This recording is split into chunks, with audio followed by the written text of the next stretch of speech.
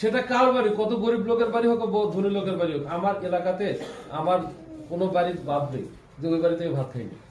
সেটা এখন হোক হিন্দু, হোক মুসলমান, হোক মুসলিম, হোক না, সম্পর্ক তো একটাই, যে আমরা মানুষ, আমরাই তো মানুষ।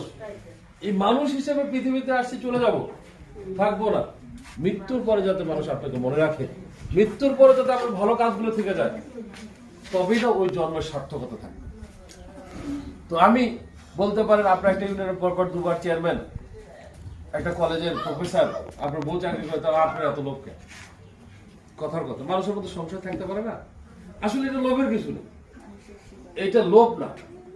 প্রতিটা মানুষের, ওই যে বললেন এক এক ধরনের চরিত্র, তো ছোটবেলা থেকে মানুষের মাঝে গুজুর গুজুর করা স্বভাবটা আমার বেশি, পরিষ্কার কথা নেই। জনগণের টানে নিছে আপনি। এই যে আনন্দ চাচা, ওনাদের বয়সের অর্ধেক বয়স আমার, কিন্তু আমি 2000 সালের বাগদাতে আসছি।